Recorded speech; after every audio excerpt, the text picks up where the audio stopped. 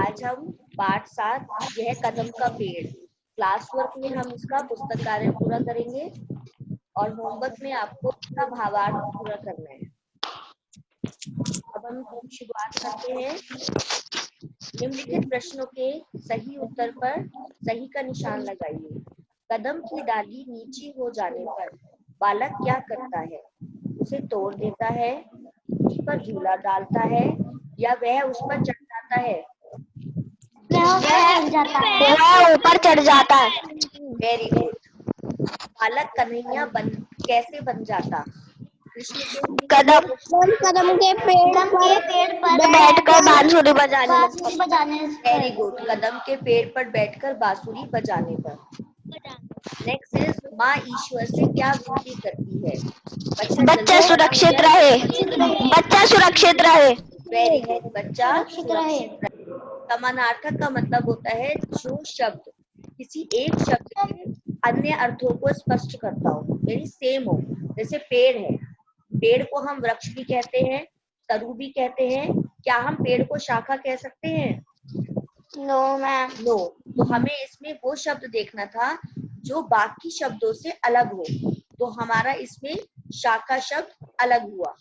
अब अगला बताइए। आंख, नेत्र, तारा और लोचन, कौन सा शब्द अलग है? तारा। Very good. नेक्स्ट इज अम्मा, माता, जननी, दादी। दादी। Very good. ईश्वर, मनुष्य, प्रभु या परमात्मा? Very good. मनुष्य। हृदय, मन, कोमल, उर? मैम कोमल। ये वर्ड आपके लिए नया होगा। उर मीन्स भी हृदय ही होता है, ओके? और मन मीन्स भी हृदय ही होता है। उसके बाद है बांसुरी, वंशी, शहनाई और मुरली। आंसर है शहनाई। शहनाई। वेरी। हंसकर, छिपकर, फैलाकर, घबराकर और जोड़कर, इन सभी शब्दों में सबसे आखिर में एक शब्द लगा है कर। हंसकर, छिपकर, फैलाकर, घबराकर, छोड़कर। तो ये जो कर शब्द लगा है ये प्रत्यय है जो शब्द के बाद लगा है, ओके? तो हम लिखेंगे इसमें इन सभी शब्दों में कर। इस कर शब्द को अंडरलाइन कर लेंगे। कर शब्द को अंडरलाइन कर लेंगे। कर प्रत्यय जुड़ा है। पहला शब्द है और दूसरा शब्द है और का अर्थ होता है किसी भी तरफ। जब हम किसी दिशा की तरफ इशारा करते हैं तो हम और शब्द का प्रयोग करते हैं, और शब्द का प्रयोग करते हैं जब हम दो नामों को, दो चीजों को आपस में जोड़ते हैं और के द्वारा। जैसे राम और श्याम, वह और शाम, मैं और तुम। लेकिन और जो होता है वो होता है तरफ। मैं स्कूल की ओर जा रहा था, मैं बाजार की ओर जा रहा था, गेंद मेरी ओर आ रही। और मीन्स होता है साइड। यस बेटा। Very good. तुम्हें नहीं कुछ कहता पर मैं चुपके चुपके आता। अब बताइए इस वाक्य में जो क्रिया विशेषण शब्द कौन सा आया है? Chupke Chupke. Very good. It means क्रिया विशेषण आपको क्लियर हो गया। Very good. उस नीची डाली से अम्मा ऊंचे पर चढ़ जाता, वहीं बैठ कर बड़े मजे से मैं बांसुरी बजाता। यह मजे से क्या बजाने की बात कर रहा है? बांसुरी।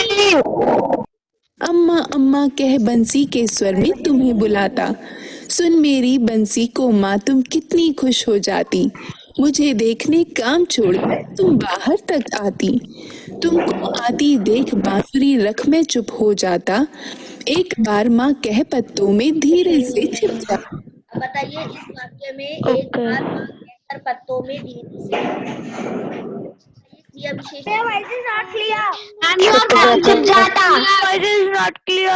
ओके वेट, इसमें बताइए क्रिया विशेषण क्या है? एक बार माँ कह धीरे से छुप जाता। छुप जाता। मैम धीरे से। वेरी गुड, धीरे मैम धीरे से। से। तुम हो चुप देखती चारों और न मुझको पाती, व्याकुल सी हो तब कदम के नीचे तक आ जाती। पत्तों का मरमर स्वर सुन जब ऊपर आंख उठाती, मुझे देख ऊपर डाली पर कितनी घबरा जाती। गुस्सा होकर मुझे डांटती कहती नीचे आजा, पर जब मैं न उतरता हंसकर कहती मुन्ना राजा। नीचे उतरो मेरे भैया तुम्हें मिठाई दूंगी, नए खिलौने माखन मिश्री दूध मलाई दूंगी। मैं हंसकर सबसे ऊपर की डाली पर चढ़ जाता, वहीं कहीं पत्तों में छिपकर फिर बांसुरी बजाता। कवित्री का क्या नाम है? सुभद्रा कुमारी चौहान। सुभद्रा कुमारी चौहान। हमारा आज का होमवर्क है, निम्नलिखित पंक्तियों का भाव स्पष्ट कीजिए। ले देती यदि डैश यह कदम की डाली, यानी यहाँ से यहाँ तक। प्रसंग है, प्रस्तुत पंक्तियां हमारी पाठ्य पुस्तक रंगोली के पाठ 7 यह कदम का पेड़ नामक पाठ से ली गई है। इसकी कवित्री श्रीमती सुभद्रा कुमारी चौहान है। भावार्थ, प्रस्तुत पंक्तियों में बालक की इच्छा है कि माँ उसे 2 पैसे वाली बांसुरी दिला दे और पेड़ की डाली यदि नीची हो जाए तो वह चुपके से पेड़ पर बैठकर बांसुरी बजाए और माँ को आश्चर्य में डाल दे। सेकंड इज, तुम आंचल फैलाकर डैश डैश डैश बैठी आंखें नीचे, यानी तुम आंचल फैलाकर से बैठी आंखें नीचे तक आपको यह कार्य करना है। इसका भावार्थ बताएंगे आप। पहले प्रसंग बताएंगे। प्रस्तुत पंक्तियां हमारी पाठ्य पुस्तक रंगोली के पाठ 7 यह कदम का पेड़ नामक पाठ से ली गई हैं। इसकी कवित्री श्रीमती सुभद्रा कुमारी चौहान है। भावार्थ, प्रस्तुत पंक्तियों में बच्चे को पेड़ से उतरता न देखकर माँ वही पेड़ के नीचे अपना आंचल फैलाकर बालक की कुशलता के लिए ईश्वर से प्रार्थना करने लगती है। और गृह कार्य में आज आपको ये वाला पैराग्राफ आपको लिखने हैं और याद करना है।